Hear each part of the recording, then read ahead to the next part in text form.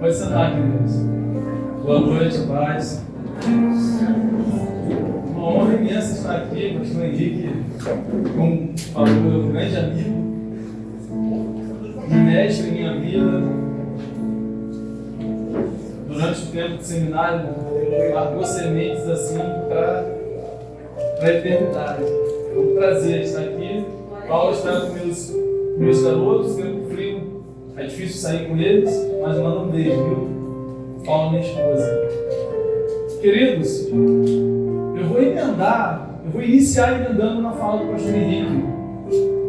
Deuteronômio de número 28 diz que se atentamente ouvires e obedecer a voz do Senhor teu Deus, virão e te alcançarão todas estas bênçãos, e vem várias bênçãos também desse mundo. Eu estou aqui hoje e eu voltei a ministrar no púlpito há pouco tempo. Ué, mas por quê? Abandonou as vidas? Não. Hoje o Senhor me deu 19 células para cuidar. E todas as 19 nasceram uma após a outra, foi através de multiplicações. Quando eu cheguei lá, na atitude, como o pastor falou, movimento de Deus, eu mudei de bairro e buscamos direção do Senhor. Eu fiquei no meu canto durante um tempo. Falei, vou só ficar sentado aqui assistindo, ouvindo pregações, sendo alimentado, vou entrar no meu ano sabático. Eu lembro que ele me fazia alguns convites, eu dizia assim, estou no meu ano sabático. Ele dizia, não acaba nunca. Foi apenas há 3 anos atrás que eu voltei a me envolver. Mas por quê? Me arrependo muito. Perdi 2 anos que eu poderia estar investindo muito em vidas. Existe uma promessa que se eu ouvir a voz do Senhor, meu Deus, bênçãos correm atrás de mim. Em fevereiro eu estava vindo com Paula do trabalho, meu telefone toca. Era uma líder de célula sobre meus cuidados. Ela era uma quarta-feira, ela perguntou assim, Gilmar, você tem seminário? Eu falei, tenho sim. Fiz lá, pastor Henrique. Ela disse, olha, vem aqui na escola. Ela é coordenadora de um colégio muito conhecido no Brasil, na verdade, tem diversos estados. Eu não entendi exatamente o porquê, mas eu estava com um tempo lá no dia seguinte, a gente não conversou com muita profundidade. Tudo que eu pude pescar naquela conversa era sobre uma vaga de professor. Eu não sou professor. Mas, pô, fui lá na quinta-feira, ela disse assim, olha, no dia seguinte, eu estava fazendo algumas entrevistas, fizemos entrevista com vários professores, foram 4 na verdade, e nenhum deles nós encontramos quem que era para chamar. Estava ela e o diretor, e o diretor falou assim, você topa dar aula aqui? Eu falei, eu não sou professor. Eles não sabiam, mas eu tinha iniciado na faculdade logo ali, no início do ano. E aí eu falei, professor de quê? É um colégio batista do Rio de Janeiro.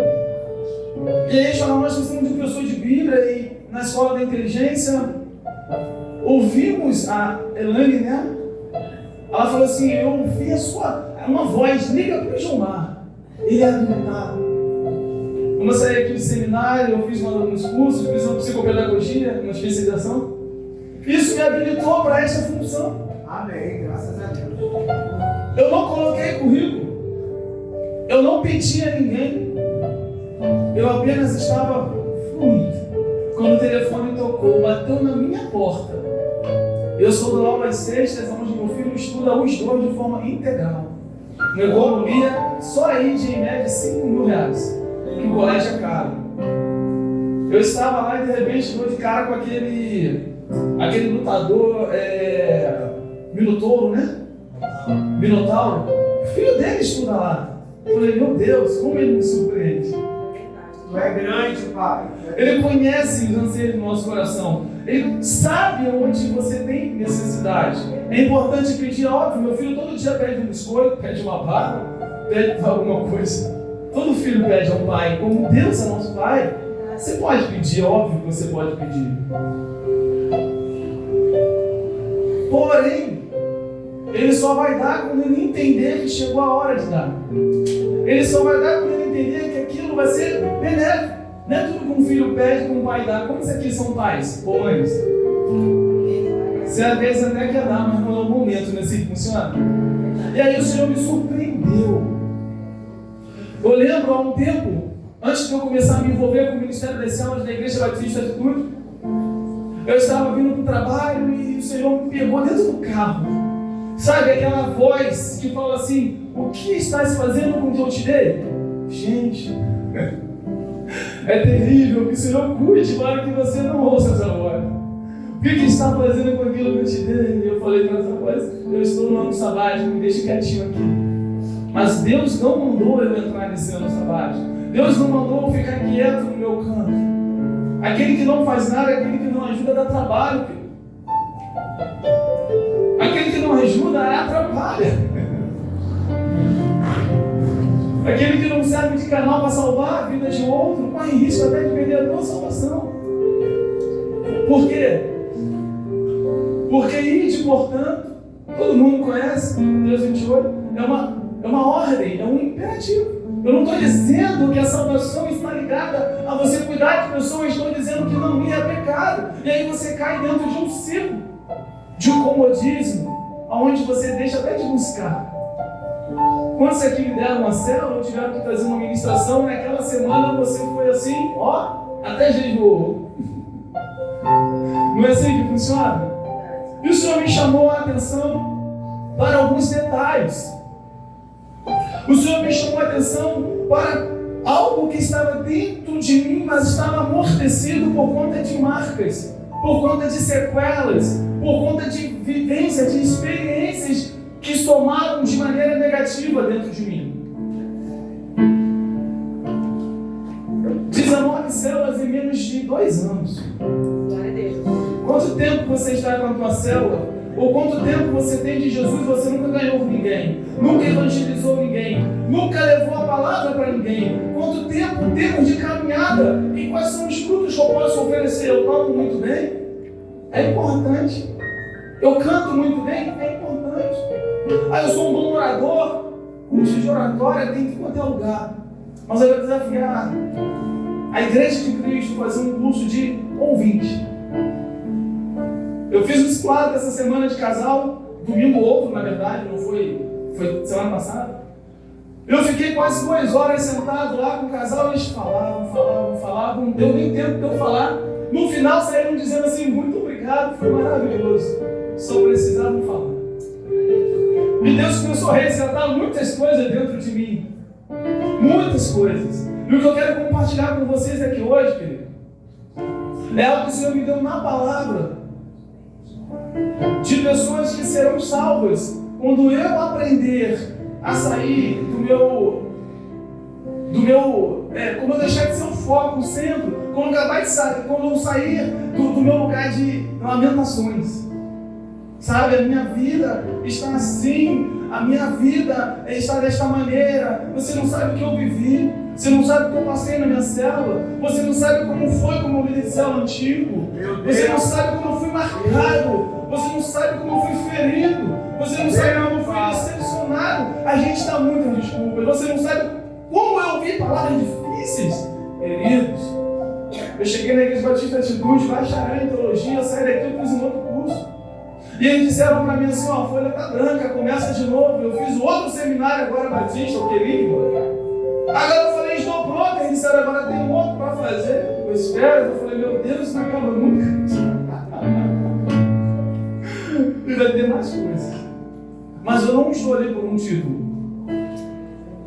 Vê se está escrito pastor Gilmar ali. O senhor nem me perguntou, eu ponho? Eu falei: não precisa. Põe não. Porque onde eu congrego hoje, eu tenho a unção do Senhor, o ministério, querido, é no tempo de Deus. Se você entrou por essas portas esperando que o pastor dessa casa, o anjo do Senhor te colocasse aqui de pé para pregar, querido, não é esse teu maior ministério. Há pouco tempo eu recebi um telefonema de uma sobrinha minha: venha correndo. O que foi? Tem um homem aqui morto, um tiro na cabeça, na esquina de casa, e era um discípulo meu. Era um pastor. jovem pastor de 30 anos. O que aconteceu ninguém sabe. Mas eu quero chamar a sua atenção, querido, que a vida é rápida demais. Eu quero chamar a sua atenção que passa como um sonho. Eclesiastes capítulo 2 vai dizer que tudo é vaidade. Conquistei palácios, conquistei casas, tive escravos que nasceram dos meus escravos. Tudo que eu quis, tudo que no meu coração eu desejei, eu tive. Tudo que meus olhos enxergaram. Eclesiastes vai dizer no capítulo 2, a gente conhece o 3, né? Há tempo para todas as coisas, mas ele está dizendo que ele conquistou tudo o que ele quis na vida. Mas no final de sua carreira ele viu que tudo era correr atrás do vento. Eu conheço uma pessoa que estoca vento. Você deve conhecer também. Mas você já tentou correr atrás do vento? Você já tentou pegar o vento? Ele vem pela direita, ele vem pela esquerda, por onde ele vem? Então Salomão está dizendo, você pode ser hoje bem sucedido, ter muito dinheiro, ter uma linda família, ter uma boa casa. Você pode ter melhor vestimento. Você pode ter tudo que você almejou, um concurso público que você quiser. Salomão foi melhor que você. Salomão foi bem sucedido, muito além do que isso. Mas no final ele disse, tudo era vaidade, correr atrás do vento. Eu quero falar hoje sobre combustível adulterado. É isso mesmo. Eu estava saindo da minha casa um dia comum. Tem uma crivezinho que eu saio todo dia, a rampa que eu saio da garagem. E nesse dia em especial, o carro para no meio da rampa e não avança mais. Ué, o carro não está avançando. Eu não estava com o meu carro, era o carro do meu sogro. E eu acelerava, eu ouvia o som do motor. O pedal respondia, eu ouvia barulhos. Eu percebia que tudo funcionava, mas o carro não saía do lugar. Eu falei, o que aconteceu? Por que esse carro não sai do lugar? O carro automático, até preocupado. Joguei no neutro, desci e percebi que eu demorei muito para sair. Eu estava ali respondendo algumas mensagens. O carro mudou do combustível líquido para o GNV e não teve força para subir aquela rampa. Gente, aquele foi um dia terrível para mim. Porque quando eu mudei para o combustível líquido que eu saí, o Senhor falou para mim, é isso que acontece. Por quê? Porque o combustível é uma matéria que queima para produzir energia. O que faz o carro se mover? O que faz o carro sair da inércia é o combustível, seja ele qual for. E a motivação é um conjunto de fatores que nos conduz a uma ação. Qual é o combustível que nos faz nos mover? O que está queimando em mim que faz eu vir ao culto? Que faz eu comprar uma camisa bonita como essa? Que faz eu liderar uma célula? Que faz eu consolidar alguém? Qual é o combustível que queima em mim que faz eu ir para um momento de oração? O Senhor começou a dialogar muito comigo, porque muitos de nós estamos fazendo barulho, estamos acelerando, parece que toda a engrenagem está certinha, porém não sai do... Como o tempo não para e não anda para trás, você que está parado, na verdade, está ficando para trás. Se passou um ano de minha vida, agora eu estou no primeiro semestre, eu não consigo enxergar nada que eu construí em Jesus, nada que seja verdadeiro, que seja sólido. Eu não consigo enxergar nada que seja de valor eterno, que não seja correr atrás do vento. Eu andei para trás. Meu Pai. Se eu não vou à frente, querido, e o tempo não para, eu estou correndo atrás do vento. Eu quero hoje, o meu objetivo, que o Senhor gerou no meu coração, é despertar no seu coração o chamado que Deus tem para a tua vida. Aleluia. E isso vai depender do combustível. 1 Samuel capítulo 30. Você consegue projetar?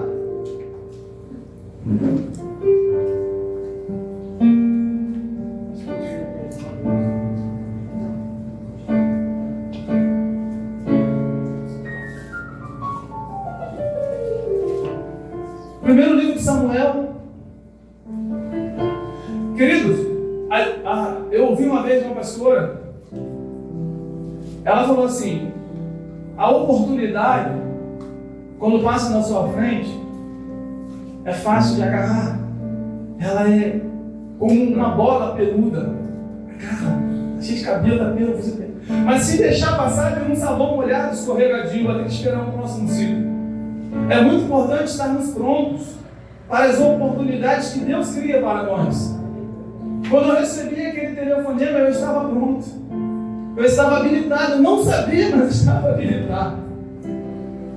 E a pergunta hoje aqui é, quando o Senhor coloca alguém diante de mim para falar do amor dele, para falar da vida dele. Gente, eu tenho pessoas lá na minha célula, nas células, né? São 19, isso está em torno de 190 pessoas.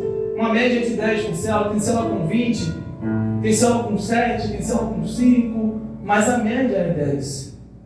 E nós temos testemunhos lindos lá, de casamento, de pessoas que largaram as drogas, de pessoas que estavam em depressão.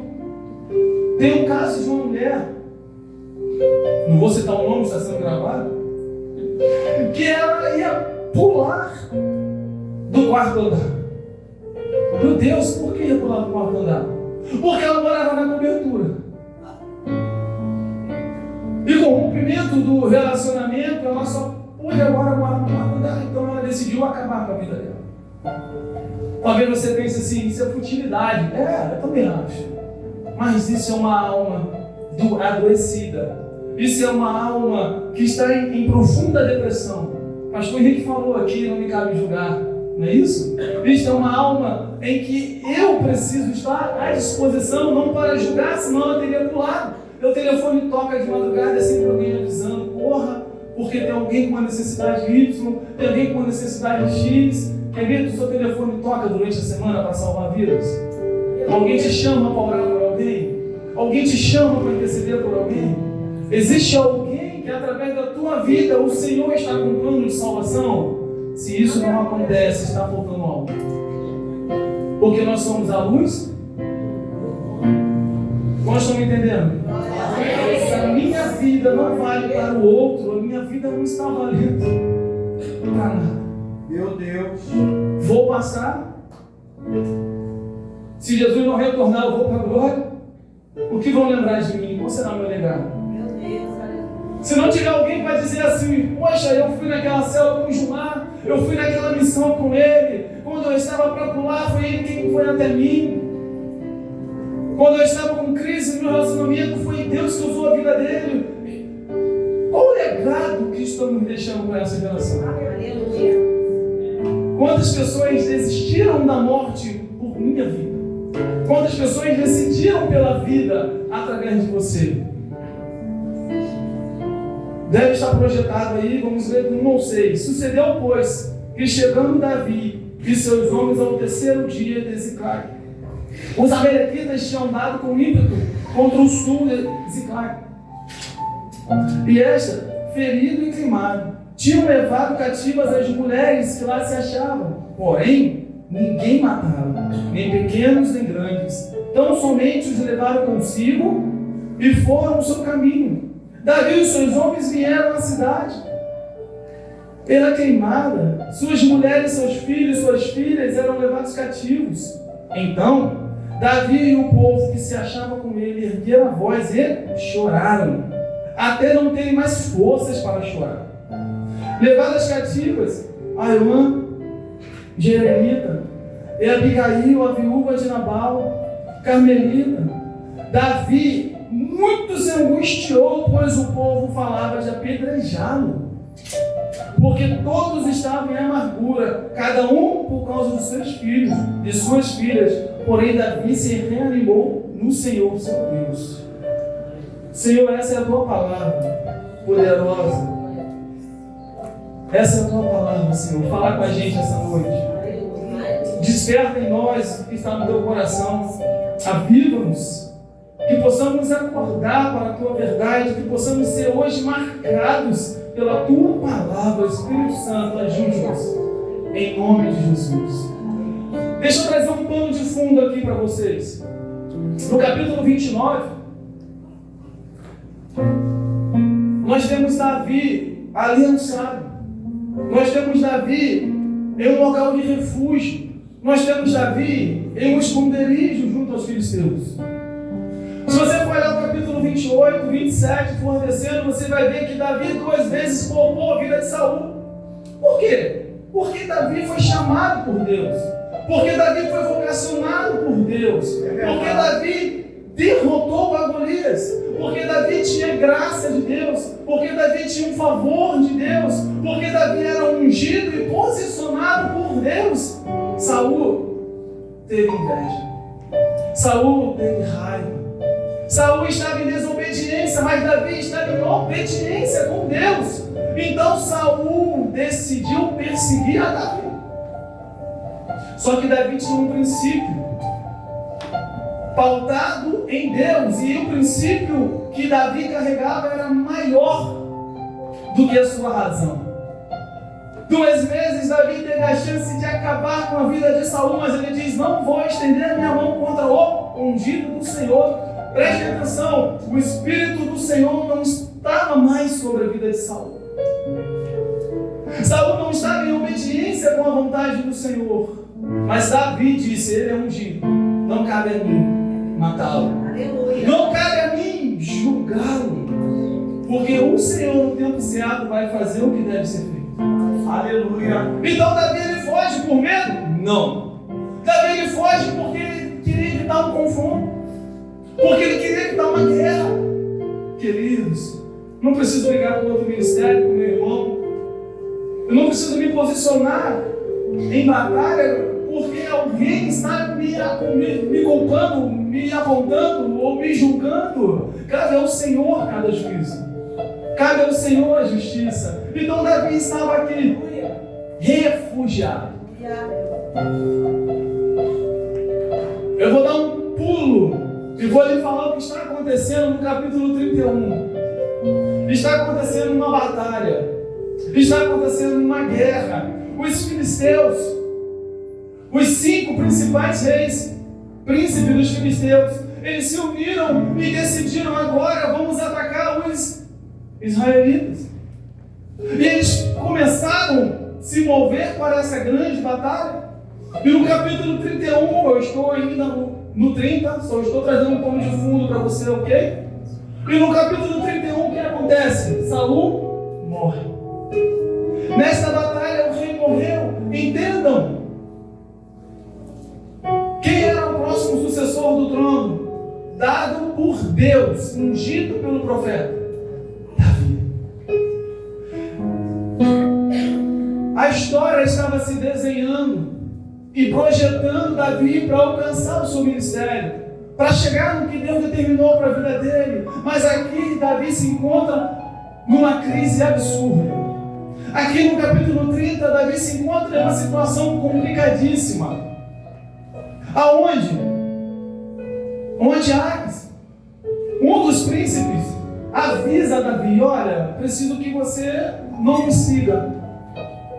Os príncipes não querem que você vá conosco porque você é israelita, não vai dar certo, tu vai se lutar contra nós, tu nunca vai lutar contra o povo de Deus. Honrou a vida de Saul, não matou Saul, protegeu Saul de maneira alguma. Então Davi, sem entender muito os acontecimentos, ele volta para Ziclague, que era uma cidade que lhe foi dada como refúgio. E quando chega lá, foi o texto que nós lemos. Quando chega naquela cidade, querido, ele encontra a cidade devastada. Os amalequitas haviam passado por ali e haviam levado tudo. Queimaram a cidade. 600 homens que estavam com Davi. E Davi, o texto diz que eles choraram até as suas forças. Preste atenção. De Afeca, onde eles estavam, até Ziclague, era aproximadamente 80 quilômetros. Você tem noção que são 80 quilômetros? Você tem noção que são 80 quilômetros? Esses 600 homens saíram de Afeca com equipamento de guerra. Saíram com alimento, montaram a cavalos e andaram 80 quilômetros. E ao longo de 80 quilômetros, querido, imagine você, quando chegasse em casa, cansado, fadigado, com fome, com sede, o que você ia querer? O que você ia querer? Tomar um banho e deitar na rede. Tomar um banho e comer alguma coisa. Tomar um banho e ter intimidade com a sua esposa. Tomar um banho e ter intimidade com seus filhos. Você chega cheio de expectativas. Você chega cheio de planos. Você está cansado, você está fadigado. Mas o que esses 600 homens encontraram? Nem os filhos, nem as esposas e nem a casa. Não encontraram, foi? E o texto diz que eles caíram, que eles choraram até perder as suas forças que nem tinham mais. Força que já era quase zero. Mas o restinho que tinha eles perderam. Talvez você está aqui essa noite, querido, e você está falando assim: não posso nem abrir uma célula, eu não consigo, não tenho força nem para caminhar, não tenho força nem para mim. Talvez você esteja aqui hoje dizendo: esse treco de célula não dá certo, essa coisa não serve para mim, não sou habilitado para isso, não fui vocacionado para isso, não fui chamado. Talvez alguém pede de você um alimento, mas você está dizendo: quem quer o alimento sou eu. Quando aqueles homens caem no chão e começam a chorar e começam a clamar, o texto diz que eles se levantaram, nós lemos, e apontaram para Davi e culparam Davi. Eles precisavam encontrar um culpado. Eles precisavam encontrar alguém para justificar aquele fracasso. Eles precisavam encontrar alguém para aliviar a sua dor. E eles encontraram em Davi e apontaram: a culpa foi sua quem nos levou para lá. A culpa foi sua quem nos liderou. Ah, querida, é muito difícil a posição de uma liderança às vezes. Porque se der certo, está todo mundo feliz, mas se der errado, a culpa foi de quem? Se a gente construir um lindo templo aqui, todo mundo é vitorioso. Mas se tiver dificuldade no meio do caminho, a culpa foi de quem não planejou direito. É assim ou não é? Foi falta de planejamento ou de fé. Não minha, foi dele. É verdade. Foi dele que não planejou direito. Querido, eu quero destacar a primeira lição. A primeira lição que eu tiro com esse texto. Projeta para mim, por favor, o versículo 2. Observe os sinais e busque o Senhor. Quando você estiver em uma situação de crise, você estiver em uma situação de guerra, confusão, você estiver em uma situação em que você não consegue enxergar a saída, quando você está em situação em que todos os dedos Davi estão apontando para você e dizendo: a culpa foi sua, foi você que nos levou até aqui, foi você que nos trouxe até aqui, o que eu devo fazer? Primeira lição que eu tiro é: observe os sinais e busca o Senhor. Vamos ler o versículo 2 e o 8.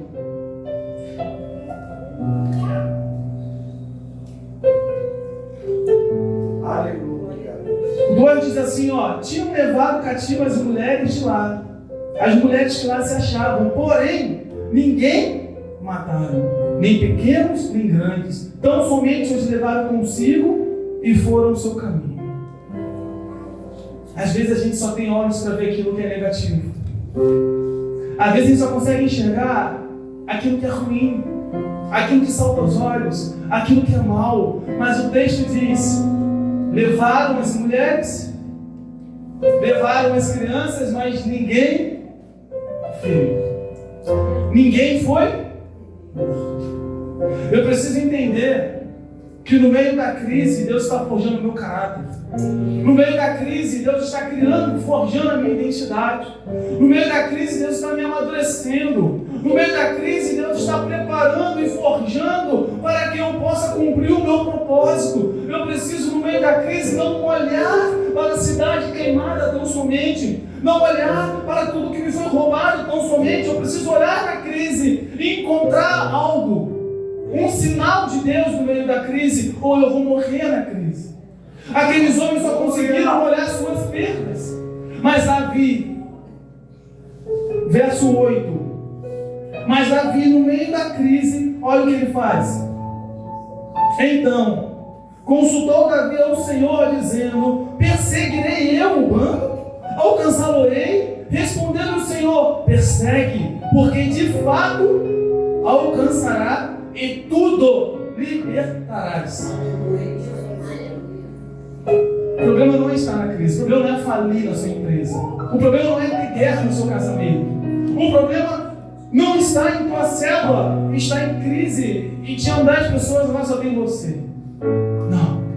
O problema não está em você ter dificuldade em passar no pré-vestibular, na tua capacidade ou não de avançar. Aí dentro da sua crise, Davi vai para um canto e diz assim: Senhor, eu devo prosseguir? Senhor, eu devo avançar? Senhor, o que eu devo fazer? Querido, quando eu saí daqui e eu entrei na IBA, eu questionei ao Senhor, dizendo: Senhor, me deram uma folha em branco, devo escrever tudo de novo? O Senhor falou assim: escreva. E quando houve uma oportunidade lá na frente para ser professor num colégio, eu até liguei para o pastor Henrique, recebi um convite lindo. O que o senhor acha? Vai ter tua, ele falou. Aleluia. Mas porque no meio da crise eu não olhei o que estavam impondo sobre mim. Eu entendi que Deus estava moldando a minha humildade, o meu caráter, a minha capacidade de reaprender. Será que não é isso que está faltando em mim? Um pouco de humildade, um pouco de simplicidade, um pouco de me pôr no meu lugar, um pouco de entender que eu só vou deixar fluir aquilo que escorre sobre esse lugar. Eu não preciso fazer muita coisa. Eu preciso ouvir. Então, querido, a primeira lição do dia desses três é essa: observe os sinais e busque ao Senhor. Os sinais vão mostrar que nem tudo está perdido, ninguém morreu. E buscando ao Senhor, Davi encontrou uma resposta: vai, porque vou te devolver tudo. Deixa eu contar um segredo aqui para vocês. 90%, isso é um segredo, está na palavra, mas a gente não enxerga.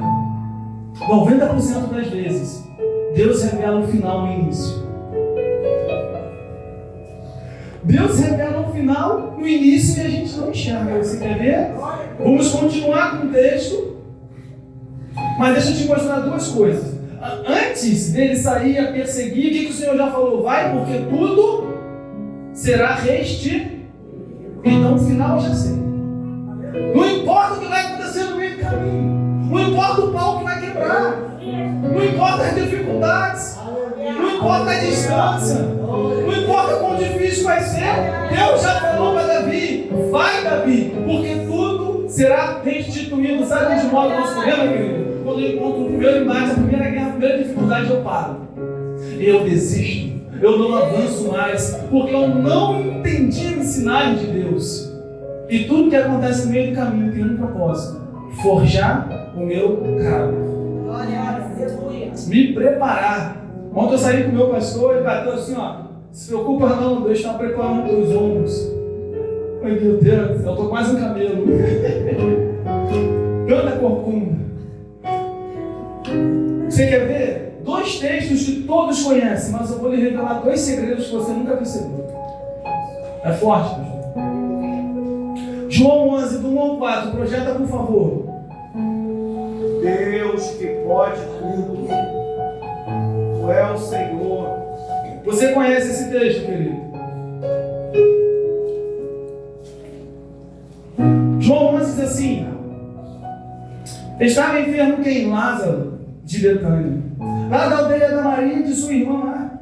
Esta Maria, cujo irmão Lázaro estava enfermo, era a mesma que ungiu o bálsamo, o Senhor, com o bálsamo do Senhor, e lhe enxugou os pés com os seus cabelos. Mandaram, pois, os irmãos de Lázaro dizer a Jesus: Senhor, está enfermo aquele a quem tu amas. Ao receber a notícia, Jesus disse: essa enfermidade não é para a morte, sim para a glória de Deus, a fim de que o Filho de Deus seja por ela glorificado. Querido, quando Jesus recebe a notícia que Lázaro está enfermo, ele diz assim: ó, não se preocupe, vou te dizer o fim. Não é para a morte, é para glorificar o nome de Deus. Pronto, ele já falou o fim. Só que nós não percebemos o detalhe. E aí Jesus fica mais 2 dias no local onde ele estava. E a Marta e a Maria ficam angustiadas. Sabe o que eu fico imaginando? A porta de Marta e Maria, dezenas de pessoas. Tu não ungiu o pé de Jesus, Maria? Tu não enxugou com seus cabelos? Tu não investiu tudo que tu tinha? Tu Tu não viveu naquela igreja a tua vida inteira? Tu não liderou célula? Tu não foi na intercessão? Tu não foi no louvor? Quantas obras missionárias você fez? Quanto você se envolveu nesse ministério? O quanto você deu? Já tem 2 dias e ele não vem. Olha que coisa, olha que ingratidão. Eu fico imaginando na porta de Marta e Maria um monte de gente, um monte de vozes. E é nessa hora que eu quero perguntar: o que move o meu coração?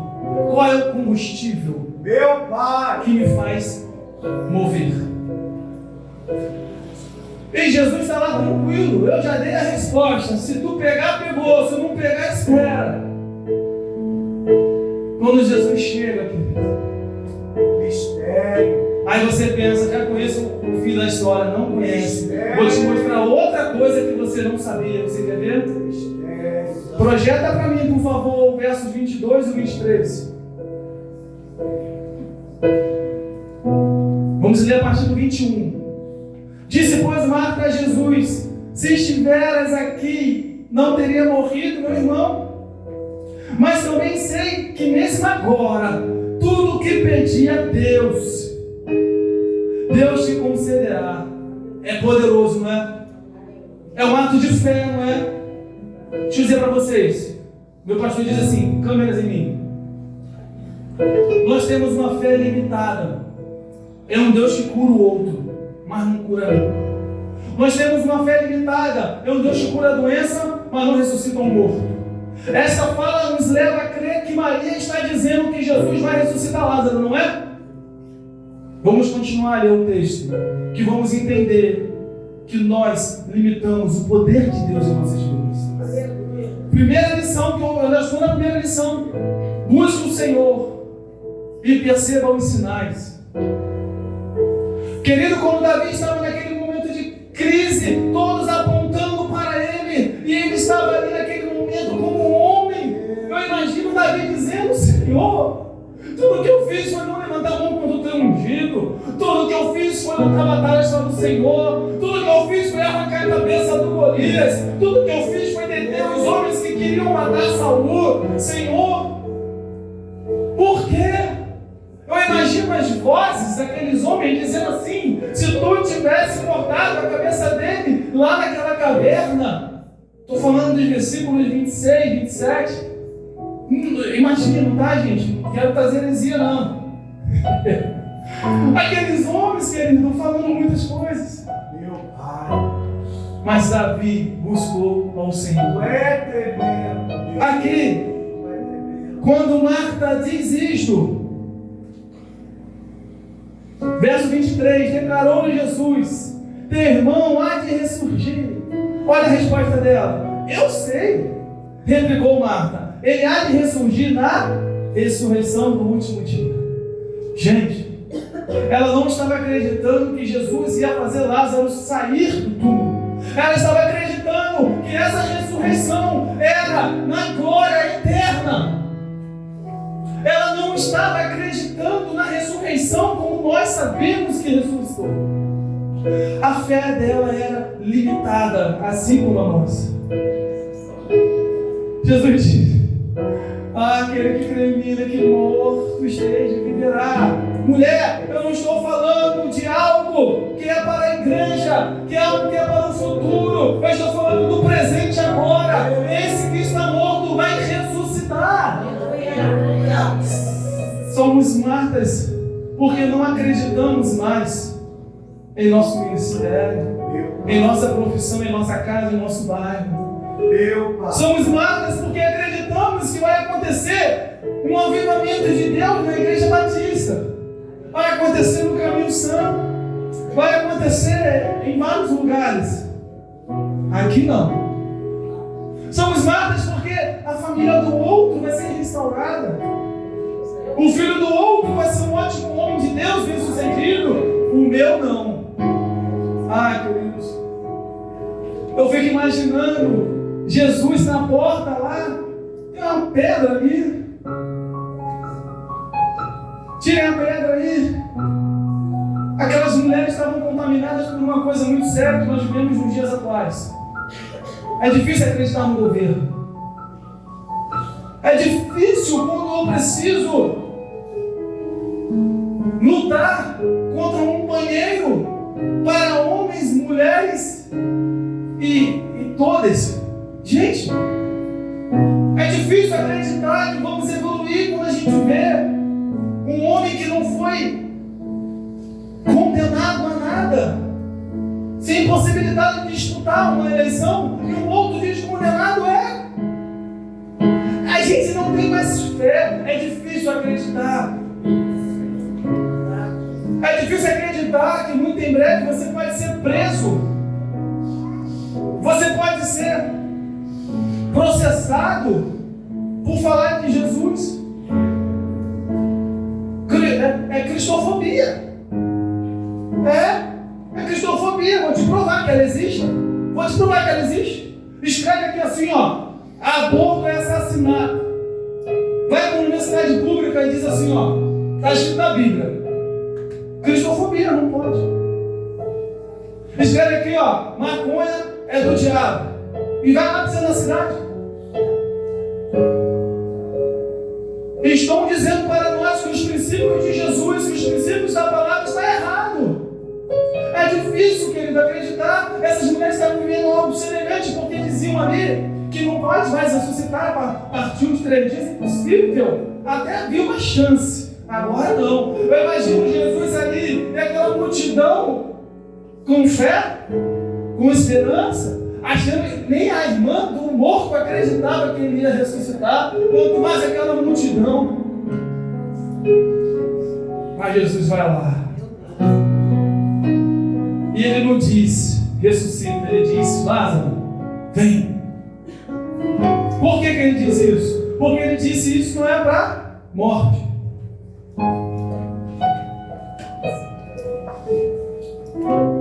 Meu Pai. Marcos 5, tem outra história linda, onde Jesus contou no fim, no início, e a gente não percebe. Projeta para mim, por favor, 21 e 24. Não, já projeta para o 35 e 36, por favor. Jesus, um homem veio ao encontro de Jesus. Minha filha está doente, ajude. Jesus fala assim, vamos lá. E no meio do trajeto, no meio do caminho, acontece algo lindo. A multidão já viu os milagres, já viu o poder, já viu quão lindo Jesus é, e começam a apertar Jesus. Você conhece a história? Tu é tremendo. Jesus fala, saiu algo de mim, alguém foi curado. Gente, você acredita que durante um momento de cura, de poder, de fluir de Deus, você acredita que no mais belo e lindo cenário de maravilhas de Deus, Jesus ao seu lado, pessoas se levantam para contaminar você? É verdade. Pessoas se levantam para adulterar a tua motivação, para adulterar o teu combustível.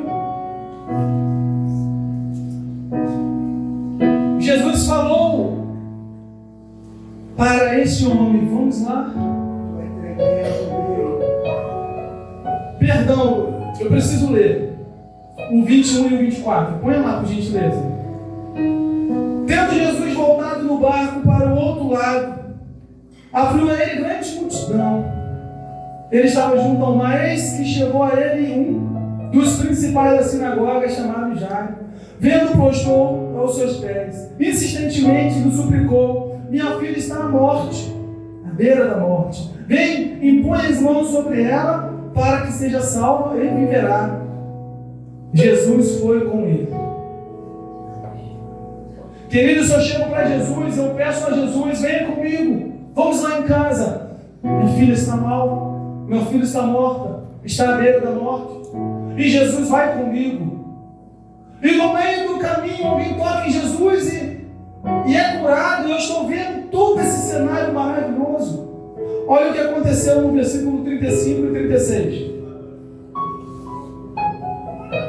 Falava ele ainda. Falava o quê? Quem me tocou? Tua fé te curou, mulher. Falava ele ainda quando chegaram alguns da casa do chefe da sinagoga. A quem disseram: tua filha já morreu, porque ainda incomodas o mestre? Mas Jesus lhe acudiu de tais palavras. E ao chefe da sinagoga: não temos. Queridos, você entendeu o que aconteceu aqui? Está falando, Pai. Glória a Deus. O cenário é lindo. A mulher foi curada. A mulher foi tocada. Você saiu daqui durante esses dias tocado por Deus, motivados há 3 dias, impulsionado pelo Senhor. Mas amanhã alguém chega e fala assim: não vai dar certo. Você já tentou várias vezes. Você já se deu várias vezes. Você já se doou várias vezes. Não vai dar certo. E você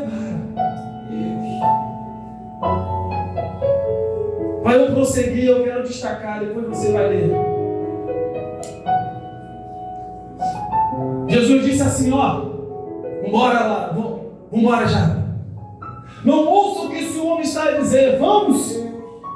Separou alguns discípulos só, e quando chega na casa de Jairo tem outra ação. Só o pai e a mãe vão entrar na casa ali que a gente vai curar essa menina.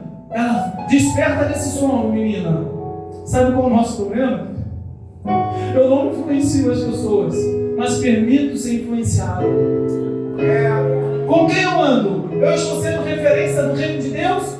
Ou com quem eu ando? As pessoas estão me influenciando, estão me levando, estão me conduzindo, estão roubando a minha fé. Vocês estão me entendendo?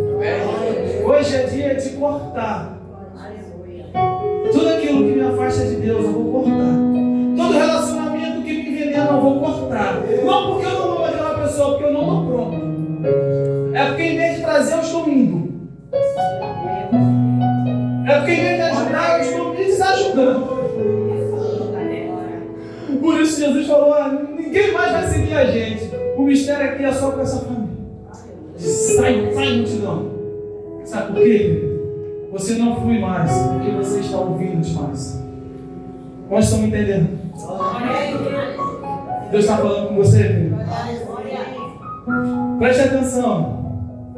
Projeta para mim 1 Samuel 30, verso 9. Estou finalizando, filho. Vou acelerar. Em menos de 10 minutos eu fecho. Pastor, isso eu posso até a hora que eu quiser. Mas só vou pegar mais 10 minutos do seu tempo. Aguente aí. Segunda lição: aprenda a descansar, porém sem parar. Como assim? Segunda lição contida no texto é: aprenda a descansar.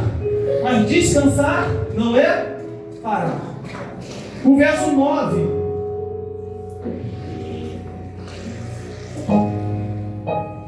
O verso 9 diz assim: partiu, pois, Davi e os seus 600 homens para com ele que com ele se achavam. Chegaram ao ribeiro de Besor, onde os retardatários ficaram. Davi, porém, e 400 homens continuaram a perseguição, pois 200 ficaram para trás, por não poderem, de cansados que estavam, passar pelo ribeiro de Besor. Eu falei que eles já tinham andado em média 80 quilômetros. E já estavam agora mais 20 em média, para perseguir e tomar de volta tudo que lhe foi roubado. E no meio desse trajeto, no meio dessa missão, no meio desse projeto, 200 homens dizem assim: não aguento mais não, tá ruim, estou cansado, a gente não consegue nem atravessar esse rio aí, vamos morrer afogados. Não dá não. Tem misericórdia de nós. Estamos quase 100 quilômetros sem parar. Choramos até perder as nossas forças. Esvaiu tudo. Aí Davi fala: não tem problema. Lá o Senhor me falou que ia me dar tudo que me foi, já sem o fim. Fica os 200 aí. Descansem. Eu vou com 400. No verso 24 diz assim: quem vos daria ouvidos nisso?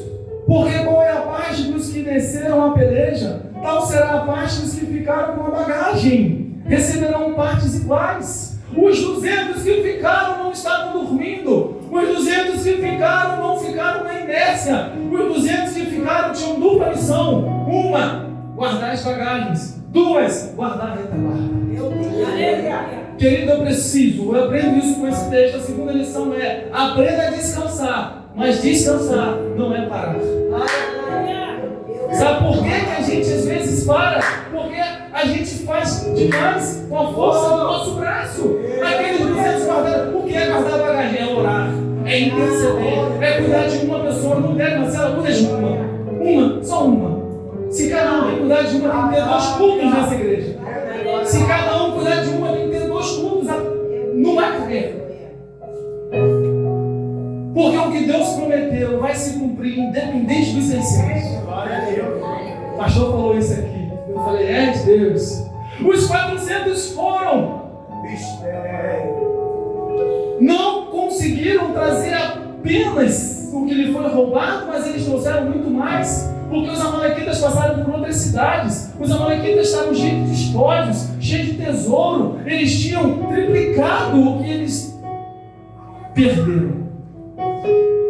E o texto diz, querido, que eles deram ali com o inimigo. Tomaram tudo de volta e voltaram. E aí mora uma grande problemática. Alguns dos 400 disseram assim: não vamos dividir os despojos com esses preguiçosos, com esses fracotes, com esses que ficaram para trás. Não existe bom e ruim aqui. Todo mundo vai incluir. Eu preciso mais sair da minha inércia.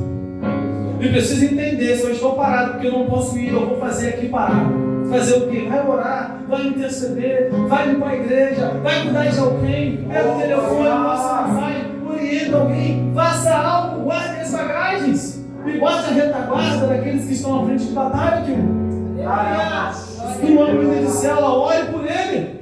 Se tu não é um líder de célula, consolide alguém. Se tu não é um líder de célula, ajude. Se Davi lá atrás não discernisse a voz de Deus, 600 homens estariam sem recuperar suas famílias.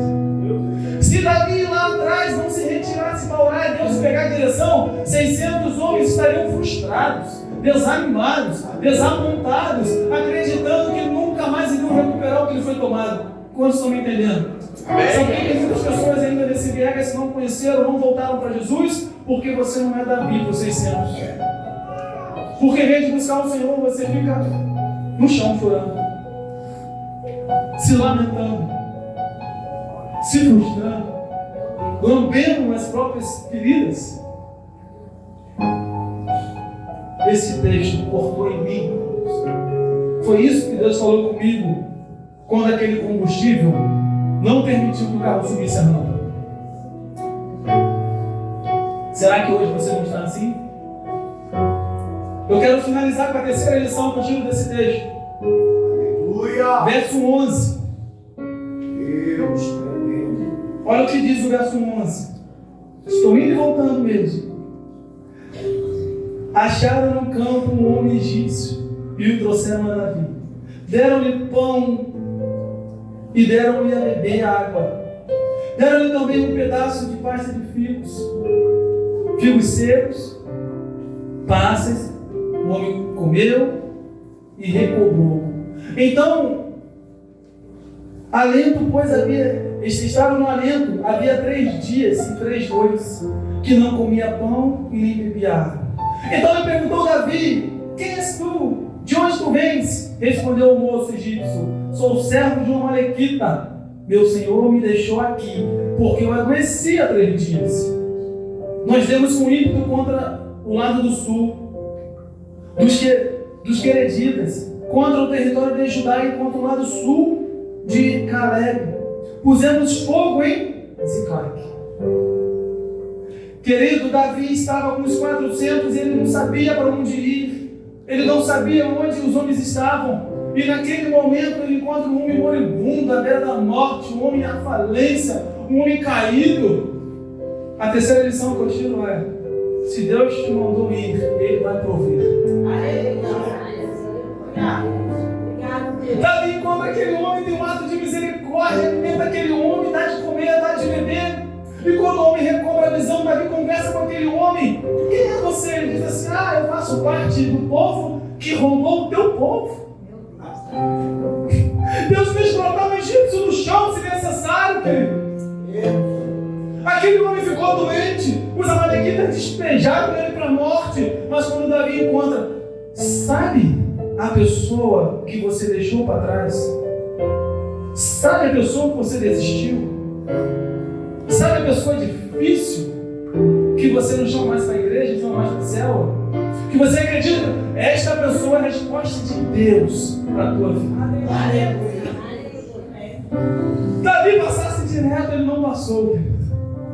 Mas quando Davi pega aquele homem que não é a resposta de Deus, eu quero finalizar desafiando você a acreditar que o Deus que te chama é o Deus que te vocaciona, é o Deus que te capacita, é o Deus que supre tua necessidade, é o Deus que te orienta, é o Deus que te guia, é o Deus que supre as suas necessidades, é o Deus que te dá todas as coisas no tempo dele, no tempo certo.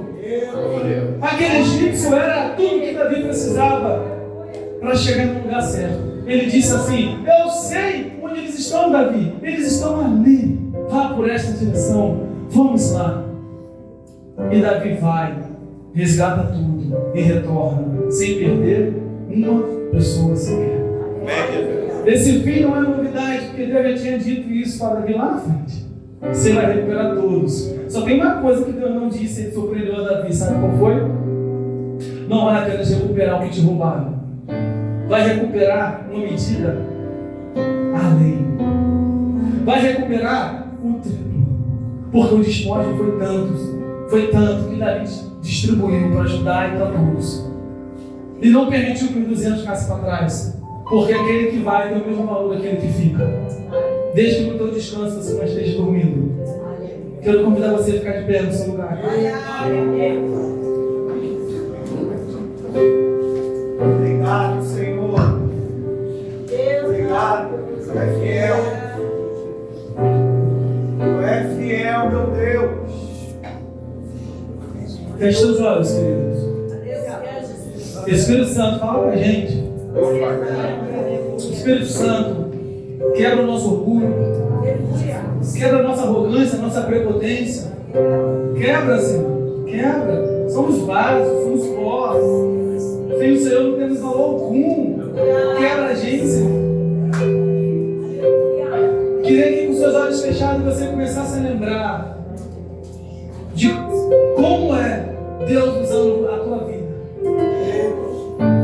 Começa a lembrar, querido. Permita que o Espírito Santo te traga a memória. Você orando por alguém, você intercedendo por alguém, você abraçando alguém, você evangelizando alguém. Pensa em alguém neste momento, que um dia você foi canal, que um dia você foi bênção, que um dia você foi usado por Deus. Pense nesse alguém. Onde esse alguém está hoje? Por onde anda? Com seus olhos ainda fechados, entenda algo. Quando Davi encontrou 600 homens chorando, e ele também, e ele não teve a sua esposa, ele não teve seus filhos, ele não teve ninguém para abraçar, para beijar, para descansar. Depois de uma batalha terrível, ele buscou ao Senhor. Ele se atentou a detalhes e ele entendeu que era tempo de voltar, era tempo de lutar, era tempo de guerrear, era tempo de vencer. Com seus olhos ainda fechados, eu quero que você comece a falar com Deus sobre essa pessoa. Fale com Deus. Senhor, me use. Senhor, me dê uma palavra de conhecimento. Senhor, ilumine para mim um texto para que eu possa alcançar esta pessoa. Use a minha boca, Senhor, como boca profética. Que a palavra de vida de Jesus flua através de mim para alcançar corações. Comece a falar com o Senhor. Senhor, quebra agora as correntes que impedem essas pessoas de te conhecer. Todo principado, toda potestade, todo orgulho, todo vício, Senhor. Toda mentira, todo engano sobre esta pessoa vai cair por terra em nome de Jesus. Fale com o Senhor, me coloca, Senhor, como sentinela, me coloca, Senhor, como profeta, me coloca, Senhor, como instrumento, me coloca, Senhor, como ferramenta para que eu vá e alcance essa pessoa. Eu quero desafiar você. Eu quero desafiar você se levantar com Davi, enxugar suas lágrimas e perseguir todos aqueles que o diabo te roubou. O teu ministério foi o Senhor quem te prometeu. A tua família foi o Senhor quem te prometeu. O teu trabalho, o teu emprego, o teu ministério está nas células, querido. O teu pastoreio está nas células. A tua casa pertence ao Senhor. Eu quero desafiar você essa noite a se colocar de pé como Davi. Encoraje esses homens e vá de encontro para buscar todos aqueles que um dia o Senhor colocou em tuas mãos. Veja eles com os olhos da fé agora, sendo encontrados por Jesus através de você, sendo encontrados por Jesus através da tua vida. Não há satisfação maior de atrair o sorriso do coração do Pai, como um pecador que se arrepende, como um filho que volta, quando uma palavra encontra pouso. Senhor, derrama sobre nós amor por vidas, derrama sobre nós paixão pelos perdidos. Incomoda-nos esta noite para que possamos cumprir o nosso propósito. Não queremos ficar chorando, caídos, prostrados, lembrando do que foi tomado. Queremos nos levantar esta noite e, como Davi, perseguir e encontrar no Senhor tudo aquilo que nos foi roubado. Declaramos hoje um novo tempo diante do Senhor para alcançar, perseguir e resgatar tudo que nos foi roubado, em nome de Jesus. Amém. Gente, no louvor ministrar, eu quero que você continue com os seus olhos fechados, porque essa palavra que o homem de Deus trouxe, se você percebeu o âmago dessa palavra, o Senhor quis fazer você entender que é possível. Davi veio exausto, com 600 homens, né? E diz a palavra que eles se depararam com um mal que chegou diante deles. E uma coisa que eu acho linda nessa palavra é com os 200 que ficaram. Os 400 que foram para a guerra para buscar a restituição, o resgate. Quando Davi decidiu abençoar os 200 também, da mesma medida, os 400 não entenderam. Às vezes, a gente acaba deixando de receber o que Deus tem para a gente, porque a gente tem dificuldade para entender de fato a essência e a força que existe na unidade. Existem pessoas que são chefes de 1000. Existem pessoas que são chefes de 100. Outros serão de 50 e outros serão de 10. E às vezes a gente acha que o de 1000 merece mais, porque parece que a tarefa desses 200 era meio que simplória, né? Ficar na retaguarda, guardando as bagagens, enquanto eu estou pagando o preço. Sabe qual é a nossa, aleluia, o nosso orgulho? Sabe onde mora o nosso orgulho? Quando a gente acha que a gente paga mais preço, que a gente faz mais, e que por isso a gente merece mais. Deus não tem como nos abençoar se houver orgulho. Eu conheço o pastor Gilmar há bastante tempo, louvado seja Deus, e eu participei de muitas coisas na vida do pastor Gilmar. Eu dei uma dívida com ele, né? No dia da ordenação dele, eu pastor. Ele fez tanta questão que eu fosse, aconteceu uma situação e eu não pude ir. Mas sabe o que eu quero ensinar para você, irmãos? Que esse homem de Deus desceu. Eu não estou falando isso aqui para a glória dele, não. Eu estou falando isso aqui para te ensinar.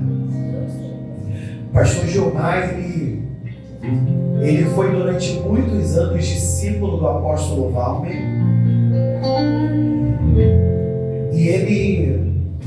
líder de consolidação no Caminho Santo e outras funções.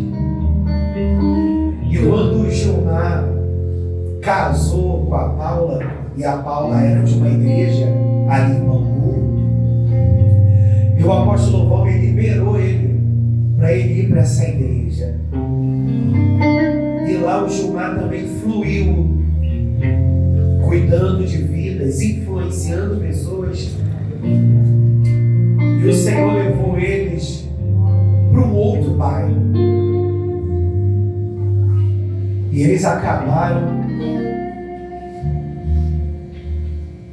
congregando ali na Igreja Batista Atitude, que é um ministério muito grande, né? E como ele disse, ele teve que começar do zero. Mas o Senhor está capacitando ele para conquistar o seu espaço. Porque espaço a gente não conquista com grito. Espaço a gente conquista com trabalho e obediência. Se você entender a visão, você vai tocar a vida de muitas outras pessoas. Porque você está se permitindo ser tocado. Muito obrigado, Gilmar. Deus te abençoe. Você pode celebrar Deus com as suas palmas para a vida desse profeta. Louco ao Senhor.